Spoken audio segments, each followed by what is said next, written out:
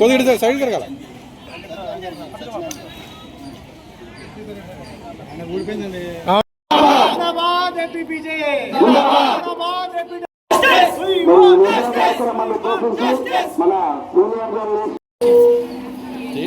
మరి కార్యక్రమాన్ని ఉద్దేశించి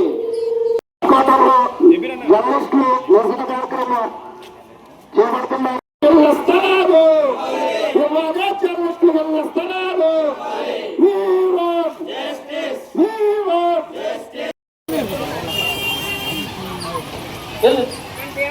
తాగే తాగే ఎక్కడ బరకాలి అక్కడ కొంచెం మడత పెట్టండి అమ్మ. కాస్త లీడర్లందరూ కొంచెం ఫ్లెక్సీలు కూడా చూడండి. మరి ఎక్కడ ఆ మూలం పెట్టండి. మార్కెట్లో అమ్మా మన వాళ్ళలో ఒక పర్స పోయిందండి. అందులో ఆధార్ కార్డు డబ్బులు ఉన్నాయంటే కొంచెం వాళ్ళకి దొరికితేవండి. ధనలక్ష్మి గారు ద్వారకాంధ్రులుగా ఈ రోజు ఆంధ్రప్రదేశ్ పశ్చిమ ఆధ్వర్యం మరియు రాష్ట్ర ఆధ్వర్యంలో జర్నలిస్ట్ డిమాండ్, జర్నలిస్ట్ సమస్యలు పరిష్కారం కావడం లేదు.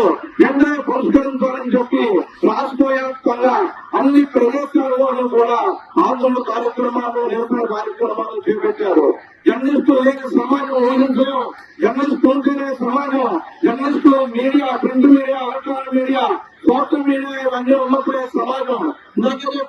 ఇది ఏ కార్యక్రమం చేసినా ఈ జర్నలిస్టు సోదరులందరూ కూడా నిజాలుగా వాడి ఈ అవగాహన ఉండి ఈ కార్యక్రమాన్ని చూపించడంలో ప్రధాన పాత్ర వహిస్తున్నటువంటి జర్నలిస్టు వీళ్ళందరినీ మేము కూడా అభినందించుకోవాలి, మీరు కూడా అభినందించుకోవాల్సిన అవసరం ఉంది.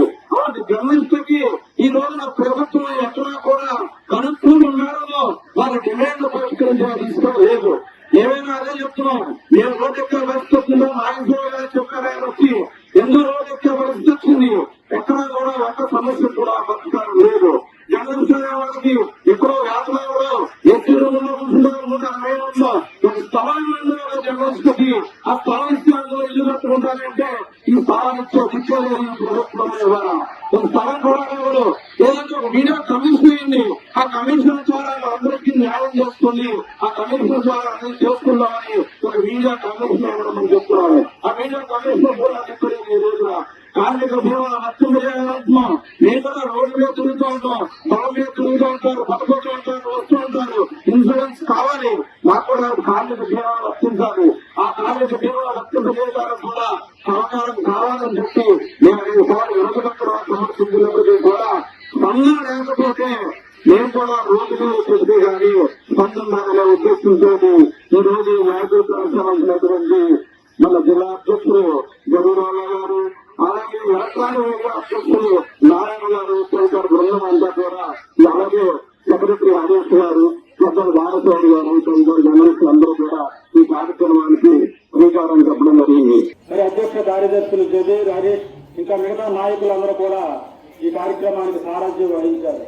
ఇటువంటి పరిస్థితుల్లో మనం రాష్ట్ర వ్యాప్తంగా అనేక సార్లు, అనేక సంవత్సరాలుగా జర్నలిస్టుల సమస్యలపై పోరాటాలు చేస్తూ ఉన్నాం. గత ప్రభుత్వం కానీ ఈ ప్రభుత్వం కానీ మనం ఎన్ని ఆందోళన చేసినా చెవిటి వాటి ముందు సంతం ఊదినట్లుగా వ్యవహరిస్తున్నారు. మన సమస్యలను పరిష్కరించడంలో చాలా చాలా చిన్న చూపు చూస్తున్నారు. ఇటువంటి మరి ఈ విపత్కర పరిస్థితుల్లో మరి మనకి వ్యవస్థలాల సమస్యలు కానీ, అక్రిడేషన్ సమస్యలు కానీ, మరి జర్నలిస్టులపై దాడులు ఎదుర్కొనే కమిటీలు కానీ, మరి జర్నలిస్టులకు ఈఎస్ఐ సౌకర్యం కల్పించే విషయంలో కానీ మనం ఎటువంటి పోరాటాలు చేసినా ప్రభుత్వాలు పట్టించుకోవట్లేదు. మరి గత ప్రభుత్వం చివరి వరకు ఇళ్ల స్థలాలు ఇస్తామని ఊరించింది. మరి ఈ ప్రభుత్వం కూడా మరి ఇంతవరకు మన విషయాన్ని అసలు పట్టించుకోలేదు. ఈ పరిస్థితులన్నింటినీ మరి ఏపీడబ్ల్యూజే రాష్ట్ర నాయకత్వం పరిశీలించి ఈ రోజు రాష్ట్ర వ్యాప్తంగా 28 జిల్లాల్లో ఏపీడబ్ల్యూజే ఆధ్వర్యంలో రిలే నిరాహార దీక్ష శిబిరాలు ఏర్పాటు చేశారు. మరి ఈ సమస్యల పరిష్కారం కాకపోతే మరి భవిష్యత్ కార్యక్రమాన్ని కూడా రూపొందిస్తామని మన రాష్ట్ర నాయకులు చెప్పారు. ఈ పరిస్థితుల్లో మన ఏలూరు జిల్లాలో కానీ, మన ఉమ్మడి పశ్చిమ గోదావరి జిల్లాలో కానీ జర్నలిస్టులకు గతంలో ఇస్తామన్నటువంటి ఇళ్ల స్థలాలు ఇవ్వాలి. అదేవిధంగా మంత్రి గారు, మరి మన సమాచార శాఖ మంత్రి గారు తారకసారథి గారు హామీ ఇచ్చిన విధంగా మరి ఇళ్ల స్థలాలు వెంటనే ఇవ్వడానికి మరి జిల్లాలో శ్రీకారం చుట్టాలి. ఈ మేరకు జిల్లా కలెక్టర్లకు అధికారాలు ఇవ్వాలి. వారికి అవసరమైన నిధులు కూడా సమకూర్చాల్సిన బాధ్యత రాష్ట్ర ప్రభుత్వంపై ఉంది.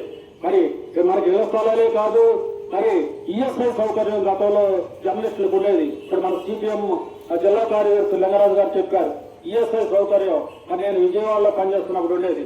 మన కుటుంబ సభ్యులు ఎవరికి వచ్చినా మనకి ఏదైనా ఈఎస్ఐలో మనకి వైద్య చికిత్సలు ఇచ్చేవాళ్ళు. విజయవాడలో మునగల్లో ఈఎస్ఐ రీజనల్ ఆసుపత్రి కూడా ఉంది, కానీ ఏలూరులో ఉంది. కానీ మరి రాష్ట్రంలో ఎక్కడా కూడా ఈఎస్ఐ సౌకర్యం లేదు. కానీ తక్షణమే ప్రభుత్వం మరి జర్నలిస్టులకు ఈఎస్ఐ సౌకర్యం కల్పించాలి. ఈ విధంగా మనకు ఉన్నటువంటి అనేక సమస్యలు మరి పరిష్కారం కోసం ఈ రోజు చేస్తున్నటువంటి మన రిలే హరదీక్షకు సిపిఎం నాయకులు సంఘీభావం తెలిపినందుకు వారి కృతజ్ఞతలు తెలియజేస్తూ, మరి జిల్లాలో అనేక చోట్ల ఈ కార్యక్రమాలు జరుగుతున్నందువల్ల మరి సహచార జర్నలిస్టులందరినీ అభినందిస్తూ ఇతరులతో సెలవు తీసుకున్నాను. జర్నలిస్ట్ డే సందర్భంగా ఈరోజు ఏలూరు జిల్లా కలెక్టరేట్ వద్ద ధర్నా కార్యక్రమం, నిరసన కార్యక్రమం చేపట్టడం జరిగింది. ఏదైతే జర్నలిస్టులు దీర్ఘకాలంగా అనేక సమస్యలు ఎదుర్కొంటున్నారు, ముఖ్యంగా జర్నలిస్టులు ఎంతో ఆశగా చూస్తున్న ఏ ప్రభుత్వం వచ్చినా సరే మాకు ఇంటి స్థలం ఇస్తారని ఆశగా చూస్తున్న ఏ ప్రభుత్వం కూడా ఇంటి స్థలాన్ని ఇవ్వకుండా జర్నలిస్టుల సమస్యలను తొంగలో తొక్కే విధంగా అయితే వ్యవహరిస్తున్నారు.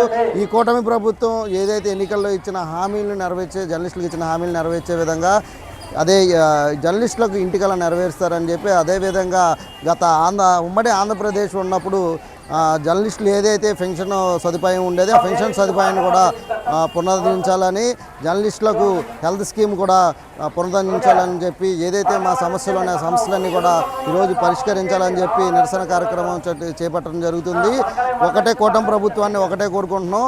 అనేక సందర్భాలుగా వినతిపత్రాలు కూడా ఇవ్వడం జరిగింది. కూటమి ప్రభుత్వానికి ఒకటే వినిపించుకుంటున్నాం, ఏదైతే జర్నలిస్టులు ఎదుర్కొంటున్నారో ఆ సమస్యలను అన్నింటిని కూడా పరిష్కరించే విధంగా మీరు తోడ్పడతారని చెప్పి ప్రభుత్వం డిమాండ్ చేస్తుంది. అటు ప్రజలకి ఇటు ప్రభుత్వానికి వారధిగా పనిచేస్తున్న జర్నలిస్టుల పైన దాడులు జరుగుతున్నాయి.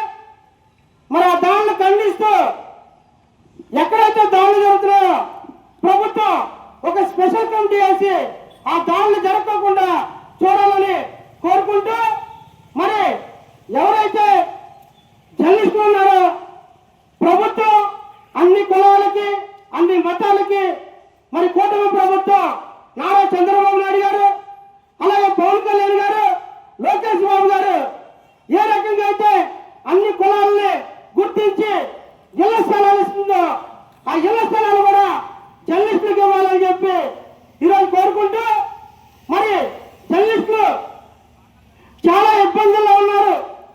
మరి ప్రజలకి 50 సంవత్సరాలకి పెన్షన్ ఇస్తున్నారు. మరి రాష్ట్ర వ్యాప్తంగా చూసుకున్న 1,00,000 మంది జర్నలిస్టులు కూడా ఉండరు. మరి ఈ జిల్లాలో చూసుకుంటే 1,100 మంది జర్నలిస్టులు ఉన్నారు. అందుట్లో సీనియర్ వృద్ధాప్యం వచ్చిన జర్నలిస్టులు 50 నుంచి 60 సంవత్సరాల వరకు కూడా ఉన్నారు. వాళ్ళకి పెన్షన్ రూపంలో 10,000 రూపాయలు ఇవ్వాలని, అలాగే జర్నలిస్టులందరూ కూడా ఇళ్ల స్థలాలు ఇవ్వాలని, జర్నలిస్టులకి ఒక భద్రత కల్పించాలని చెప్పి ఈరోజు రాష్ట్ర వ్యాప్తంగా ఫెడరేషన్ తరఫున ఏపీ బీజేపీ తరఫున పిలుపునిచ్చినందుకు యూనియన్లందరికీ కూడా ధన్యవాదాలు తెలుపుకుంటూ, ఇంకొకసారి మమ్మల్ని జర్నలిస్టు కుటుంబం